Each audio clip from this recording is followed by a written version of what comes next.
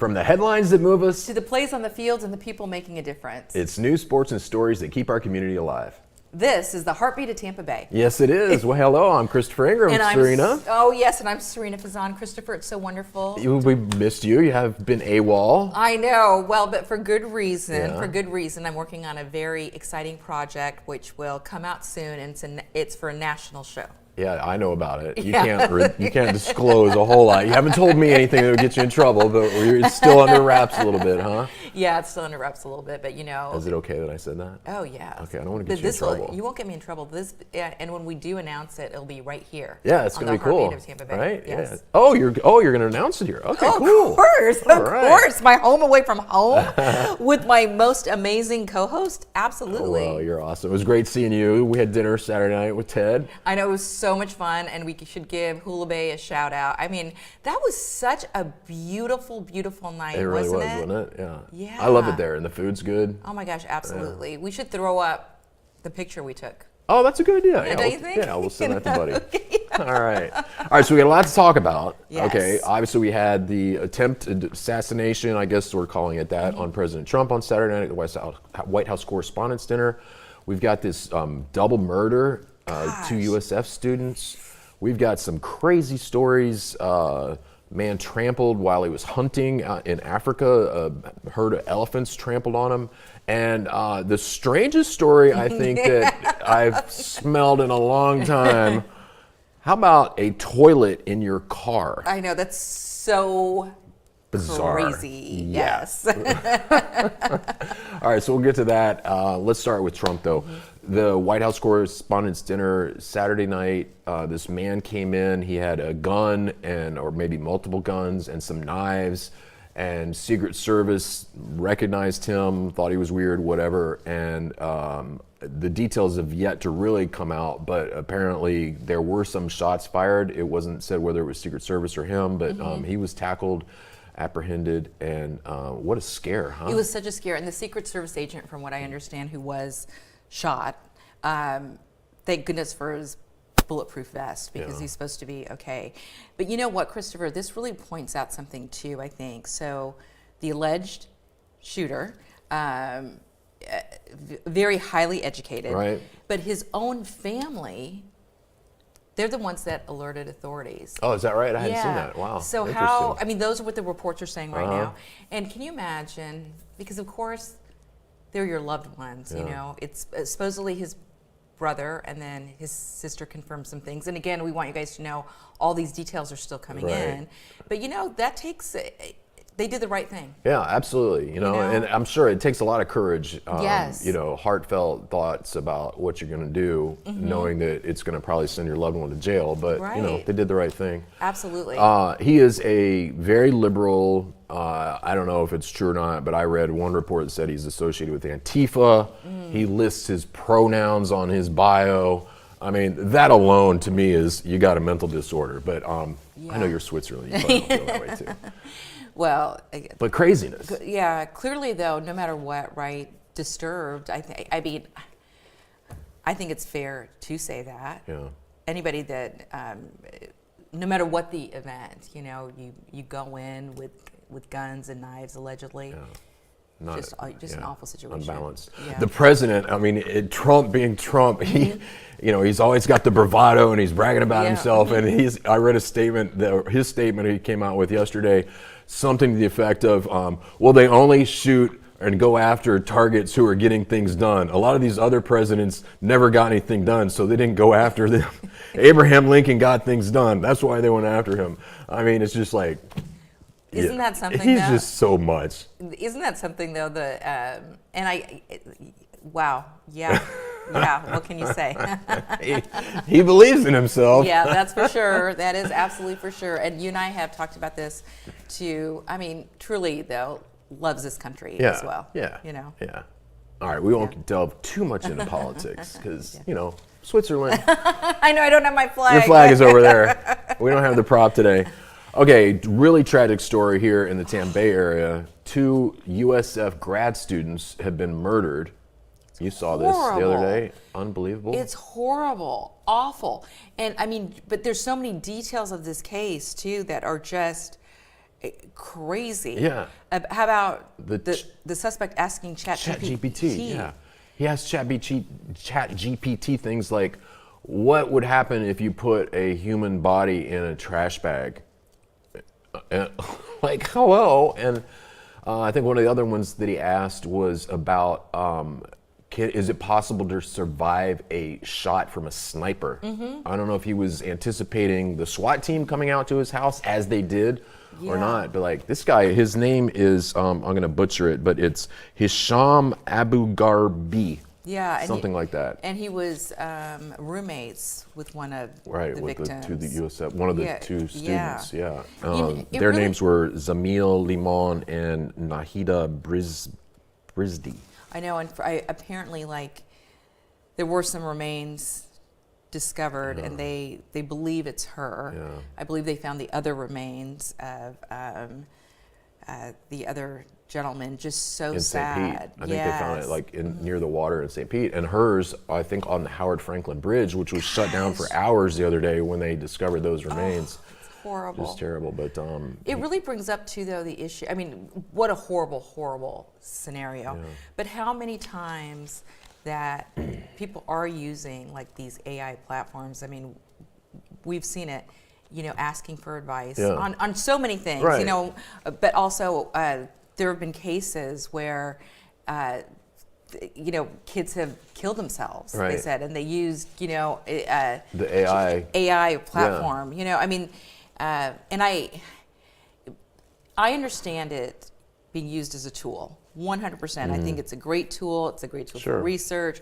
You have to double check facts, but the fact that some people are so heavily relying on it, and then in this bizarre case where he's actually, what was he thinking? Asking questions about, basically planning this murder, and he's asking ChatGPT for advice. I mean, come on, And then, Christopher, what do you think? Because of course, law enforcement contacted, I think it's OpenAI, right? The whoever owns ChatGPT.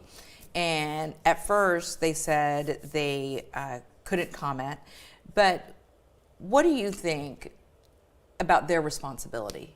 The OpenAI or other chat, AI programs? The parent companies. I don't know. I'm kind of mixed on that. Like the things that we talked about before, like when these chat bots are talking to kids, young people who are impressionable, not yet adults, and about how to commit suicide, that kind of thing. I think that there is some responsibility. But as adults, I think, and we're going to talk about another story about this Carnival Cruise Line lawsuit, about personal responsibility and taking and being accountable for your own actions.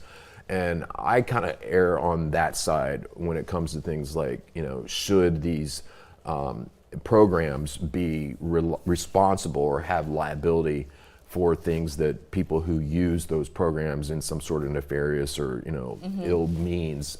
I think the answer is no to that. Me personally. How about you? Well, you know what? I feel people have to be personally responsible, and I know we're going to talk about it more on that story because I do have an opinion about that as well. There's so many. I mean, there's so many gray areas. Just like when all the social media came out, right? And about what tools should be in place to protect kids. But I think you and I have also talked about this. It's also the parents' responsibility as well. Like to really know.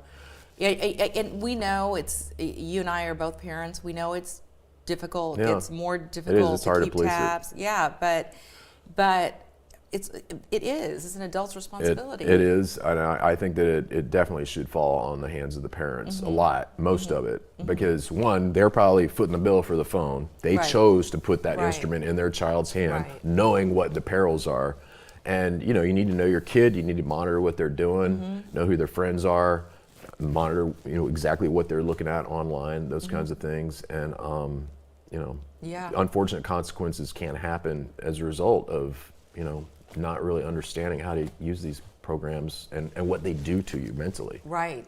And then circling back to this horrible, tragic case with the USF students. I mean, honestly, though, can criminals sometimes be, You're just so stupid, right? I mean, do they not know that this is being tracked? Right, and they're going to come and look into it, and not many people commit murder and aren't caught, and you leave a trail, and then you basically have just indicted yourself because of your kind of looniness and not really understanding the consequences of, hey, if I type this in, maybe they're going to use this against me later. It's like, unbelievable. Okay, right. All right, let's move on. Tampa homeowner who is now in jail for contempt of court, Michael Martin. He's a friend of yours, right? He is a friend of mine, and you know what? He actually wanted to come on our show. Yeah, a couple weeks ago. And his attorneys, and I completely understand, have great respect for the attorneys too, said, no, you can't go on. Not a good idea, yeah. You can't, it's not a good idea. But what a case. Like, okay, and again, I've known Michael for a long, long time. He's been wonderful to my family. He threw Sammy a birthday party when she was 10. I mean, of course, like I can't help but care about him. Yeah. And I feel, so from what I understand with the case, right, he built an in-law suite. He says that he got all the right permits, and their neighbors flagged it, and they said he was in violation. Yeah, they said, this was confusing to me because I read the article, and it said that that the lot where he built this in-law suite, I think like a little pickleball court and some other things, that it wasn't buildable. Well, clearly it was because he built something on it. Now, yes. I don't understand that terminology, and the articles that I read about it didn't make it very clear. But clearly there's yes. He thought he was doing the right thing. I don't think that the city has denied that they did in fact issue the permits. It's just, I guess somebody in the bureaucracy screwed up and didn't realize that this isn't a buildable lot, but the neighbors did. Right, and so it said that he put $1 million into it, right, to build this. And they ordered him to tear it down, right. but it's $800,000 to tear it tear down. It down, yeah. So he's saying until all the appeals done, done, I'm not going to tear it down. Yeah. So I mean, the judge threw him in jail for that. I know, holding him in contempt because he didn't follow the judge's order to tear it down. But just seems reasonable, right? That this is going through the court system. He shouldn't be penalized to the extent of tearing something down, which he might end up being found in favor of. Like, right. He could win on appeal. Right, and I think it's been going on for 5 years. 5 years, yeah. And I don't know the neighbors, and I don't mean to say anything against the neighbors. I honestly don't, but I did see something where I think they said that they didn't want to see him in jail, but I think sometimes it's gone too far. Yeah. It's gone too far. I mean, I would feel so guilty, honestly, if I'm like, okay, he's a dad, right. husband, businessman. Yeah, businessman. And not like he's some real scofflaw or violent criminal or anything like that. But I think a lot of judges. First of all, I have a lot of strong thoughts about our judicial system. I think it's a bunch of crap in many, many ways. And I think a lot of judges are very egotistical, and that they let their ego and their pride and their authority get in the way of common sense, as I would say is the case in this instance, where the judge is ordering him to jail because he didn't do an $800,000 demolition of his property that is on appeal. Well, this story, I'm sure, will be very closely followed. I would not be surprised at all if it hasn't been already picked up by national media, because it is. It's got a lot of interesting pieces. Yeah, it's very bizarre. And honestly, you know how I always say that you're, and I mean this from my heart, like you're extremely intelligent, and for you even to say that it's confusing. It is confusing. Yeah. Like it's hard to follow. Not a buildable lot. What the hell does that mean? Clearly he built. It was buildable. Maybe not to whoever's standard, but I don't know. It's weird.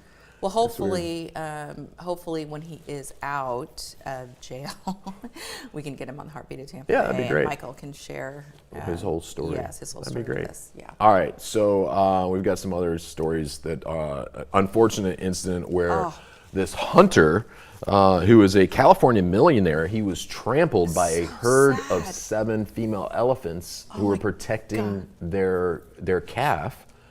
And he was out hunting in Africa for a dwarf forest buffalo. Now, this guy's name is Ernie Docio. He's 75 years old, and he owns one of the largest wineries in California. and he's a big trophy hunter. Which I don't know. What are your thoughts on trophy hunting? Like shooting things like now he wasn't hunting for elephants, but you can hunt elephants in Africa in certain countries. What are your thoughts on trophy hunting? You mean trophy hunting when you mount? Well, no. Like, I mean, yes, you could argue that even a deer, if you mount its head, it's a trophy. But trophy hunting typically means going after like big game animals like elephants, giraffe, lions and tigers, those kinds of things. That's kind of what trophy hunting means. Well, for me, I know I can't help it, but I think that's sad because no matter their parents, right? Like they have families, like. Well, wait a minute, Sarina. I got to call out this Sarina logic. I mean, so does a cow. You eat a hamburger, right? Yeah, they have babies. No, you know what? You're right, but you are right. Yeah. So, and I'm not a vegetarian. You know what? You're right though about that, and thank you for calling me out on that. So, what is the difference? I guess, I mean, that's a pretty deep question, right? Yeah, that's it. I think the issue is that these trophy hunts in Africa where they're shooting big game like elephants, lions, tigers, and giraffe. It's sport. It's for sport, yeah, and a lot of hunting is for sport, but most hunters, responsible hunters, they shoot and eat what they kill. Right. In the case of shooting an elephant, you're not going to eat an elephant. You're not going to eat a giraffe. You're not going to eat a lion or a tiger. It's literally just for the hunt, the thrill, the adrenaline, and woohoo, look at me, I killed an elephant. Well, okay, big tough guy, like, And the elephant was kind of at a serious disadvantage. I mean, as you could say with all hunting to some extent. But I oppose it, and I've been a hunter before. I'm a hunter. Not a big, frequent hunter, but, I've hunted. And I think as it relates to the big game animals, that we should leave them alone. These are all protected. Many of them, most of them are endangered. Their numbers are dwindling. Now, the big game hunters will argue, but this is fully licensed, and we did it because we need to cull their populations, or they're threatening, a habitat of some other animal or humans or whatnot. It's Africa. You can get whatever you want for the right amount of money. I'm opposed to it. Yeah. I would say I am too. Yeah. But of course, even if we're proposed to or not, that poor guy. Yeah, he got trampled by elephants. Oh my gosh. And his guide was also injured, but was not killed. And when they realized, I guess, that they had stumbled upon this herd of elephants with the calf that they were protecting, they obviously wanted to get the hell out of there, but elephants run faster than humans, and they only had shotguns, and you can't kill a 5-ton elephant with a shotgun. Yeah. You need a rifle, and so they kind of became the prey of the elephants in that instance. And tragic though. Very tragic. Sure. Our hearts go out to his loved ones. Very sad. All right. On a lighter note, this woman on a Carnival cruise line who took 14 shots of tequila. Now, are you a cruiser? You've been on cruises before. You and I. No, you haven't. No, we love cruises. Yeah, that's what I thought. We absolutely. You and I love. Yeah, cruises. Cruising's fun. And so oftentimes with cruises, as we know, what people love is the food and oftentimes the drink packages. And so this woman had 14 shots of tequila. Over 9 hours. Over 9 hours. Was inebriated, fell down some steps, injured herself. Yeah, but like serious brain injury. Yeah, and then she filed a lawsuit against Carnival Cruise Line, and she actually... Right now, they're going to appeal, but won the lawsuit. Close to $300,000, I think 250. 300, somewhere in there. 300,000. Yeah. What are your thoughts on that? Listen, the woman is 45 years old, right? You and I both know on cruise ships, it's one thing. I feel like when you're at a bar, when you're just at one bar, and the bartender can clearly see how much you've been served. Yeah. Yes. But on a cruise ship, as you and I know, there's multiple bars on a cruise ship. Every nook and cranny has a bar, right? So was she at one bar, then did she go to another bar? Did she, Yeah. And I think in this case, Carnival is going to appeal, but it's also personal responsibility. Yeah, that's what I think. I mean...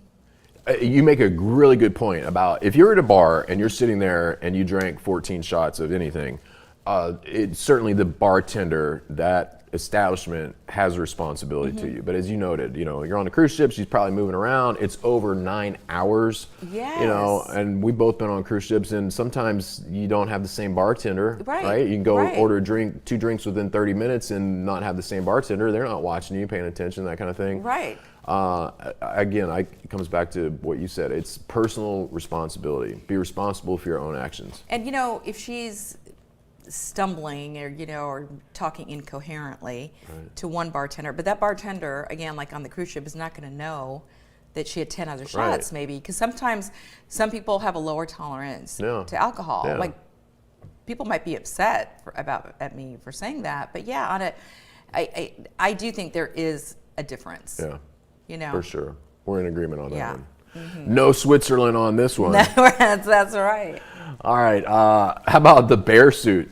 Oh my goodness! First of all, you've got to share the story, because how in the world these people thought they could get away with it is crazy. People bought a bear suit. Mm-hmm. They owned apparently a couple of really nice cars, a Rolls Royce and a nice high-end Mercedes. Mm-hmm. And I guess we're in need of some cash, so they got this harebrained idea of buying a bear suit and dressing up in the bear suit and then tearing up the vehicle, the inside of the vehicle, as though the bear had broken into the vehicle and got in it and tore up the leather seats and that kind of thing. And they submitted claims to their insurance company to the tune of, I think, over $150,000.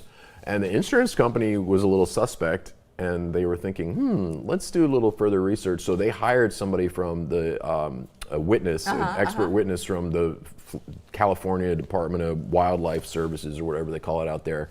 And he deemed that the bear was definitely a human being inside that bear suit tearing up the vehicle. And so they are now facing jail time. I mean,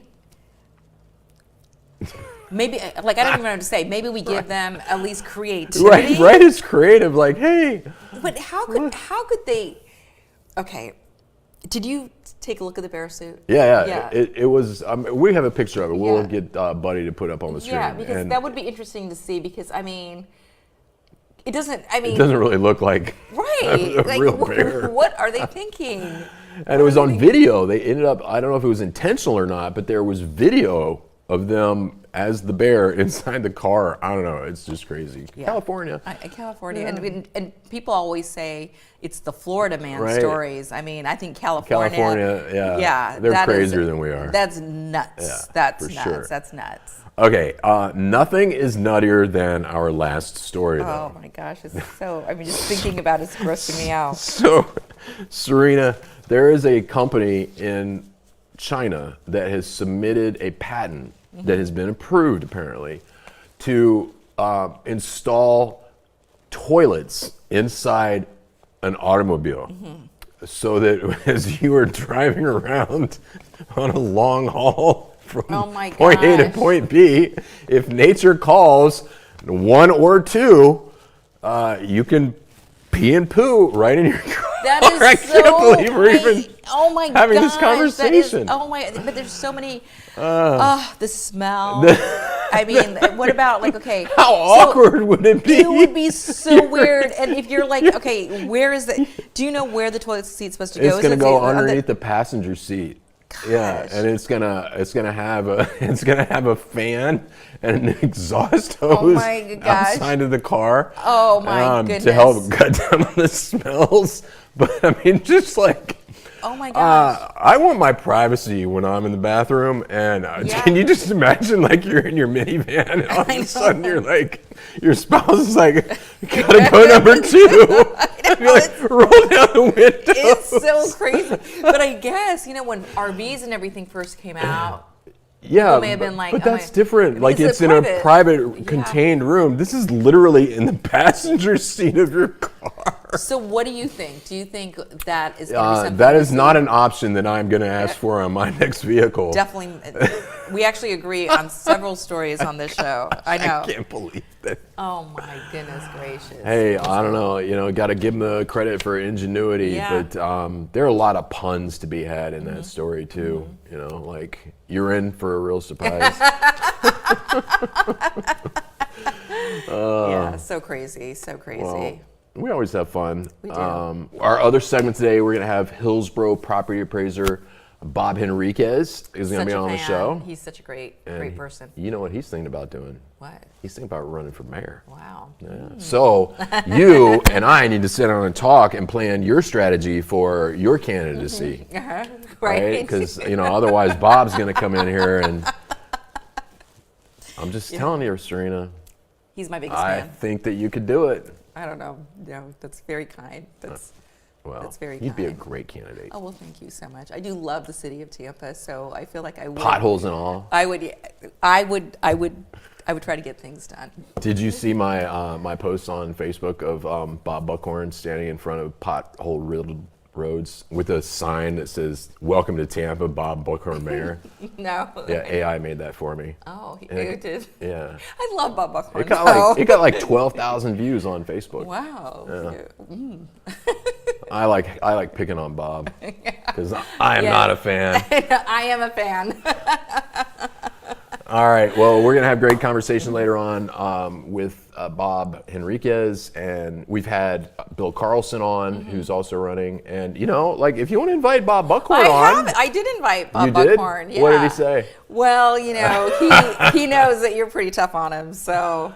But we'd be fair. Yeah. Of course. Yeah. I definitely would welcome Bob Buckhorn. So you to did. the show. You talked to him and you invited him. Yeah. I mean, I know Bob. I used to Yeah. be friendly with Bob. I Yeah. supported him when he first ran and all that. But I said something about him several years ago when he was still mayor, and he has very thin skin. He didn't like what I said, and he was like a little baby about it. And well, what did you say? So do you remember when the woman pushing her toddler in a stroller across Bayshore got killed by those knucklehead 18-year-olds in a Mustang? That happened on Sammy's birthday on Yeah. May 23rd, and that was like the last big case that I covered in traditional news. It's It was a horrible story. Heartbreaking. So when that happened, I was still doing my radio show, and I was talking about it, and I think I even posted something on social media, and I said, the blood of that woman and her dead child are on the hands of Bob Buckhorn and the Tampa City Council, because they knew, they have known for years that road, that Bayshore was a problem. No, I stand by it. That it was dangerous, and that there should have been traffic control devices in place a long time ago. I think that's way too harsh, to be honest with you. I think that's way too harsh. That happened in front of Academy of the Holy Names, where Sammy goes to school. Yeah. I think that's way too harsh, to be honest with you. And you know what? No, honestly, I want to say this. No, go ahead. Even when you now there's like those pedestrian buttons in and the lights flash. Yeah. Those also really worry me, because believe me, you shouldn't be speeding. But a car, and those boys were speeding. Yeah, they're going like 100 miles an hour. Yes, so that is racing. Clearly, they were not supposed to be doing that. But if it's 40 miles per hour, you're going on Bayshore, and someone hits the button and they're going to cross, I mean, that makes me even more nervous. That makes me, because the immediacy of, like, they press the button, the lights go on, now you got to slam on your brakes. Yes, stoplights, yes. Stoplights, yes, because you're, that makes me even, honestly, because I live in that area. Yeah, I live really close to that area. Well, I'm proud of you. Oh, you are, because I took... You took a hard stand on me in my comment to Bob Buckhorn. I do take a hard stand on that, and I'm seriously, I'm proud of you. Like, I disagree with you, but you respectfully disagree. With your opinion. I love it. But I could see, honestly, I would not equate that to thin skin, because that would really upset me if someone said that, and I don't know if I could forgive it. Well, apparently he hasn't, and you know what? I'm okay with that. So, Bob, if you don't want to forgive me, that's fine. But I hold to it. I stand by my comment, because the city, including the mayor and the city council and all the traffic engineer knucklehead bureaucrats at the Tampa City, they knew that road was a problem. They knew that was a problem. They knew it was a problem for years. I disagree. Right. I disagree. I think I respectfully, strongly disagree. Okay, very good. I love it. We're going to have to burn the Swiss flag now. No offense to the Swiss. It will just be symbolic, not an attack on your country. But we could attack them, because they don't have an army. They can't attack us back, right? Well, so it's Switzerland. That's the reason. It's Switzerland. All right, we're having fun. Every story shared, adds another heartbeat to Tampa Bay. from courage to community. We're so proud to tell the stories that keep our neighborhood strong. Thanks for watching The Heartbeat of Tampa Bay. Good show. Yeah. Oh my gosh.